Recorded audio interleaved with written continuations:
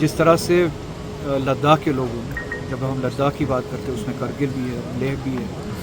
لوگوں نے یہ ڈیمانڈ کی تھی کہ یا تو ہمیں جموں کشمیر کے ریاست کے ساتھ واپس منسلک کیا جائے،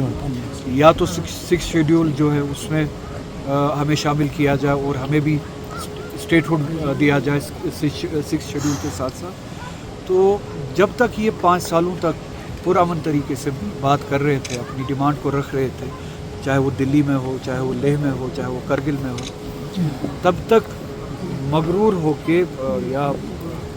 بے پرواہ ہو کے ان کی طرف جو دھیان نہیں دیا گیا، جو توجہ نہیں دی گئی، جو احترام نہیں دیا گیا ایک ڈیموکریٹک اسٹرگل کو یا پرامن کوشش کو، تو سب سے بڑے مجرم تو اقتدار میں بیٹھے دلی میں وہ لوگ ہیں جو فیصلہ لیتے ہیں، جو پرامن لوگوں کی پرامن باتوں کو سنتے نہیں ہیں. 5 سال سے یہ لوگ، 6 سال سے یہ لوگ ان 2-4 باتوں پہ ڈیمانڈ کر رہے ہیں، یا تو ہمیں جموں کشمیر کے ساتھ واپس شامل کیا جائے اور ہمارا اسٹیٹس بحال کیا جائے، یا ہمارا اسٹیٹ ہوڈ بحال کیا جائے لداخ کا 6 شیڈیول کے ساتھ. تو ابھی تک ان کے ساتھ انگیج کیا جانا چاہیے تھا. پرامن طریقے سے جب یہ بات کر رہے تھے، ان کے ساتھ بامانہ طریقے سے انگیج کیا جانا چاہیے تھا، ان کی ایسپریشنز کا احترام رکھا جانا چاہیے تھا اور ان کی ڈیمانڈز کو پورا کیا جانا چاہیے تھا. اب جب کہ کل یا پرسوں بدقسمتی سے ایک واقعہ پیش آیا، اس واقعے کی آڑ میں اب ان کی جائز ڈیمانڈ کو یا ان کی جائز اسٹرگل کو بدنام کیا جا رہا ہے، اینٹی نیشنل بتا کے یا چائنیز ایجنٹ بتا کے یا ISI کا ایجنٹ بتا کے. کل تک جب یہ 6 سال تک پرامن طریقے سے بات کر رہے تھے اور آج بھی پرامن طریقے سے بات کر رہے تھے، تب تک آپ نے ان کو انگیج کیوں نہیں کیا؟ ان کے ساتھ ٹیبل پہ کیوں نہیں بیٹھے؟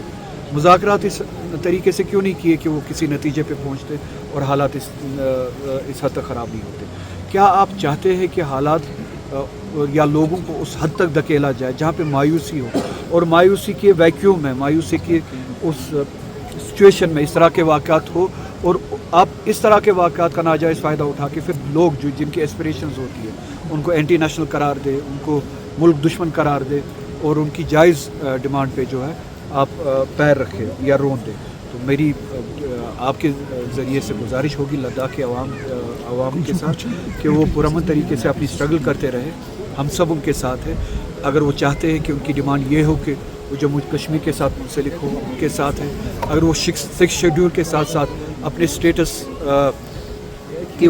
بحالی کے لیے کوشش کرنا چاہتے ہیں، ہم ان کے ساتھ ہیں. 6 شیڈیول کے ساتھ ساتھ اپنے اسٹیٹ کے ساتھ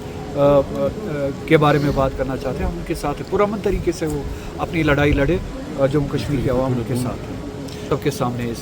پارلیمنٹ میں کیا باتیں ہوتی ہے، کیا باتیں نہیں ہوتی، اس سب کے سامنے ان باتوں کا جواب مجھے دینے کی ضرورت نہیں. آپ کو لگتا ہے رولہ صاحب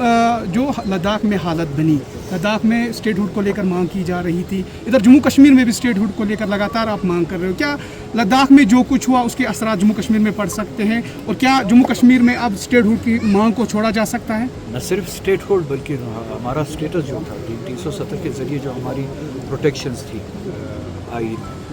وہ کل اس کی ڈیمانڈ کل بھی زندہ تھی، آج بھی زندہ ہے. کبھی آپ لوگوں میں وہ مایوسی دیکھتے، وہ اس وجہ سے ہے کہ جو پاور میں لوگ ہیں، دلی میں لوگ ہیں، لوگوں کی ایسپریشنز کو اہمیت نہیں دیتے، اس کو امپورٹنس نہیں دیتے، ویلیو نہیں دیتے.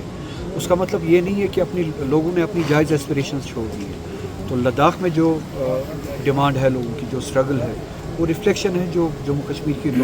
کی عوام جو ہے ان جنرل جو فیل کرتے ہیں. تو بہتر ہوگا اس ملک کے لیے جب تک پرامن طریقے سے، ڈیموکریٹک طریقے سے لوگ اپنی بات کرتے ہیں، اپنے ایسپریشنز کے بارے میں بات کرتے ہیں، اپنے حقوق کے بارے میں بات کرتے ہیں، تو ان کو سنا جائے اور ان کی جائز مانگوں کو پورا کیا جائے، ہمارے اسٹیٹس کو بحال کیا جائے. خدا نخواستہ اس طرح کا ویکیوم کریٹ نہ ہو کہ جس میں جو ہے پھر اس عوام کو بھی اور ملک کو بھی نقصان اٹھانا پڑے. یہ کسی کے حق میں نہیں. جمہوری طریقے سے، پرامن طریقے سے اگر جموں کشمیر کے عوام ہم سب اپنی ایسپریشنز کے بارے میں بولتے ہیں، اپنے رائٹس کے بارے میں بولتے ہیں، تو یہ ملک کے حق میں ہے کہ جو دلی میں طاقتیں ہیں وہ جموں کشمیر کے لوگوں کی بات کو سنے اور اس کو پورا کرے، اس پہ عمل کرے. ہماری پروٹیکشن جو 370 کے ذریعے ہمیں جو پروٹیکشنز تھی اس پوری ریاست کو بشمول لگا،